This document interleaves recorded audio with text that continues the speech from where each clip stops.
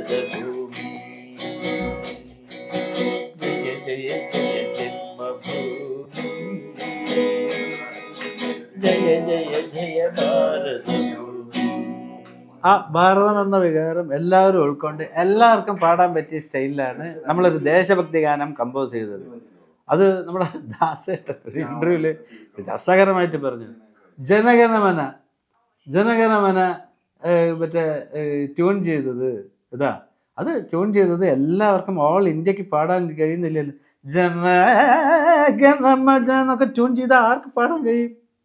ദാസേട്ടൻ ഒരു ഇന്റർവ്യൂല് പറഞ്ഞതാണ് അതിൻ്റെ ആ ശില്പികൾ എന്ത് സിമ്പിളായിട്ടാണ് ആ പാട്ട് ചെയ്തിട്ടുള്ളത്. ല ല ല ല ല ല ല കണ്ട എന്ത് സിമ്പിളായിട്ടാണ്. അപ്പം ദേശഭക്തി ഗാനങ്ങൾക്ക് എല്ലാവർക്കും പാടാൻ പറ്റിയ സ്റ്റൈലും ശങ്കരാഭരണം തന്നെ. അപ്പോൾ അതേമാതിരി മറ്റേ ഏതാ ഇപ്പോൾ പറഞ്ഞ വിപ്ലവ ഗാനങ്ങളിൽ ആ മാർച്ചിങ് കാണണം.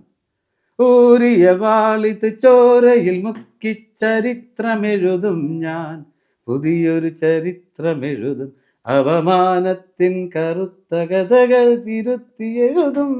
നോട്ടുകൾ അങ്ങോട്ടാണ്. അത് ആ കഥാപാത്രം ഒരു പ്രതികാരത്തിൻ്റെ ആ ഒരു അവസ്ഥയിലിരിക്കുന്നൊരു കഥാപാത്രവും അതിനും ഇങ്ങനെയാണ് ചെയ്തത്. പിന്നെ ഇപ്പോൾ നല്ല റൊമാൻറ്റിക്കായ ഗാനങ്ങൾ നമുക്ക് പറയുകയാണെങ്കിൽ അത് ഇഷ്ടം പോലെ ഉണ്ട്. ഇതാ മൗനം എന്നുള്ള വേർഡ് ഒരുവിധം എല്ലാ സംഗീത സംവിധായകരും മെല്ലെ യൂസ് ചെയ്യുള്ളൂ. മൗനം തളരും, അവിടെ മൗനം മന്ത്രസ്ഥായിലേ ട്യൂൺ ചെയ്യുള്ളൂ. അതേപോലെ മൗനം പോലും മധുരം തരത് മൗനം എന്നുള്ള വേർഡ് വന്നാൽ മന്ത്രസ്ഥായിലാക്കാം. പക്ഷേ ഇതൊന്നും അല്ലാതെയും പാട്ട് ഹിറ്റാക്കാം. നമ്മുടെ എം ജി രാധാകൃഷ്ണൻ സാർ ചെയ്തിട്ടുണ്ട്. മൗനമേ നിറയും മൗനമേ ഇവിടെ പൊഴിയും കാറ്റ്, അത് നല്ല ക്ലാസിക് എക്സാമ്പിളാണ്. പക്ഷേ മൗനം ഹൈ പിച്ചിലാണ് ട്യൂൺ ചെയ്തെങ്കിലും ആ കഥാപാത്രത്തിൻ്റെ ദുഃഖമായിരുന്നു അവിടെ പ്രതിഫലിപ്പിക്കേണ്ടിയിരുന്നത് ജാസ്തി. അതുകൊണ്ട് അദ്ദേഹം ഇതിൽ വെച്ച് പാട്ട് ഹിറ്റാണ്. ജനങ്ങൾ നീ എങ്ങനെ വേർഡ് ഉപയോഗിച്ചു എന്നല്ല, നമുക്ക് കേൾക്കാൻ മെലഡി ആയിട്ടുള്ള എന്തും ജനങ്ങൾ സ്വീകരിക്കും. എന്നാൽ ആ പൊതുതത്വം പറഞ്ഞപ്പോൾ മൗനം മൗനം സ്വരം ആ പാട്ടിലും വളരെ നിങ്ങൾ പറഞ്ഞ നല്ല ക്ലാസിക് എക്സാമ്പിളാണ്. അതൊന്നും അങ്ങനെ. അപ്പം നമ്മളിപ്പോൾ 4 ടൈപ്പ് ഓഫ് ഗാനങ്ങൾ പറഞ്ഞു. താരാട്ട് പാട്ട്, കുട്ടികളെ താരാട്ട് പാട്ടണമെങ്കിൽ, കുട്ടികളുടെ ഗാനം പാടണമെങ്കിൽ മാക്സിമം അതിൽ പ്ലാൻസ് പാടില്ല. ഒരു കുട്ടി കഥാപാത്രമാണ് പാടുന്നതെങ്കിൽ ഒരു സ്റ്റാൻഡേർഡ് ക്ലാസിക്സ് പറയാം. അമ്മേ അമ്മേ അമ്മേ നമ്മുടെ അമ്പിളി അമ്മാവനെപ്പോ വരും, എപ്പോ വരും, അമ്പിളിത്തരകൾ പൂകൊണ്ടു മൂടി അത്താഴമുണ്ണാൻ എപ്പോ വരും,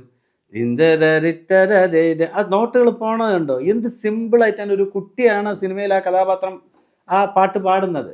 അപ്പോൾ അതിന് അത്ര ദ മോസ്റ്റ് സിമ്പിളിൽ നിങ്ങൾക്ക് ചെയ്യാൻ കഴിയുമോ അതിങ്ങനെ ചെയ്യുക.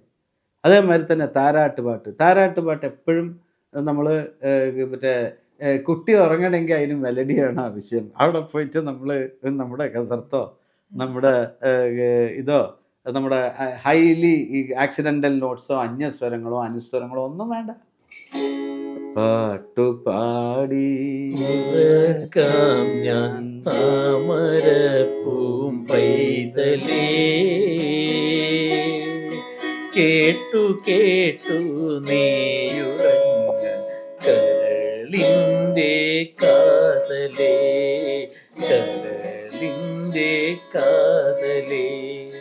പാട്ടുപാടി ഉറക്കാം ഞാൻ താമര പൂമ്പൈതലേ,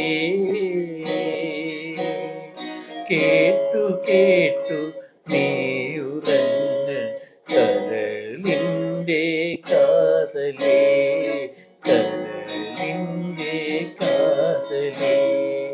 ആരിരാരോ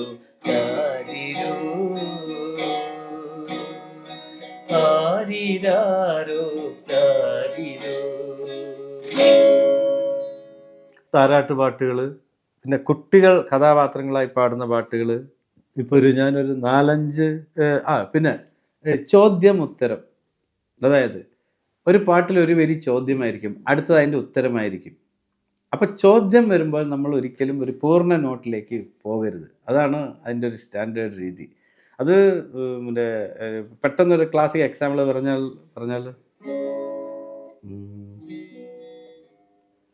മനുഷ്യനെ തീർത്തത് ചെകുത്താനാണെങ്കിൽ ചെകുത്താനോടൊരു ചോദ്യം എന്ന് പറഞ്ഞപ്പോൾ അത് അർദ്ധോക്തിയിലാണ് നിർത്തിയിട്ടുള്ളത്. അതൊരു പൂർണ്ണം ആയിട്ടുള്ളൊരു നോട്ടുകളല്ല അവിടെ ചെയ്തത്. സെവൻത്ത് നമ്മുടെ ഇതിലൊരു സെവൻത്ത് നോട്ട് എന്ന് പറയും ക്വസ്റ്റ്യൻ ആ ടെർമിനോളജിയിൽ.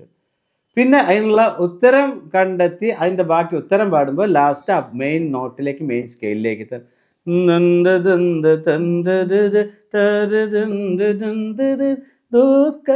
കടലിലെറിഞ്ഞു പണ്ടു നീ തൂക്കടലിലെറിഞ്ഞു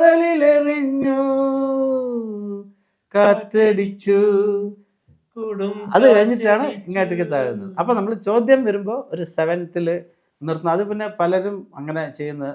പക്ഷെ അങ്ങനെ ചെയ്യാതെയും പാട്ടുകൾ ഹിറ്റാക്കാം. എന്നാലും അതൊരു നിങ്ങൾ ചോദിച്ച ചോദ്യത്തിന് ഒരു പൊതു രീതിയാണ് എന്ന് പറഞ്ഞപ്പോൾ ഞാനൊരു 7 ടൈപ്പ് പറഞ്ഞു. പിന്നെയും പലതും ഉണ്ട്. അപ്പോൾ നമുക്കൊരു ഇതിന് അത്യാവശ്യം നിങ്ങൾക്കൊരു ഇൻപുട്ട് കിട്ടി വിചാരിക്കുന്നു. തീർച്ചയായും സംഗീതത്തെക്കുറിച്ച് ഒരുപാട് കാര്യങ്ങളാണ് നമ്മൾ പറയാൻ തുടങ്ങിയ അനുബന്ധ കഥകളും അതിൻ്റെ ഉപകഥകളും അതിനോടനുബന്ധിച്ചിട്ടുള്ള സംഭവങ്ങളൊക്കെ വരും. ഇത്രയും നേരം സംഗീതത്തെക്കുറിച്ച് വളരെ ആഴത്തിലുള്ള അറിവ് പറഞ്ഞു തന്ന കുമാർജിക്ക് ആർക്കുംപാടാൻ കുടുംബത്തിന് വേണ്ടി എല്ലാ ഭാവുകങ്ങളും നേരുന്നു. നന്ദി, നമസ്കാരം. Thank you.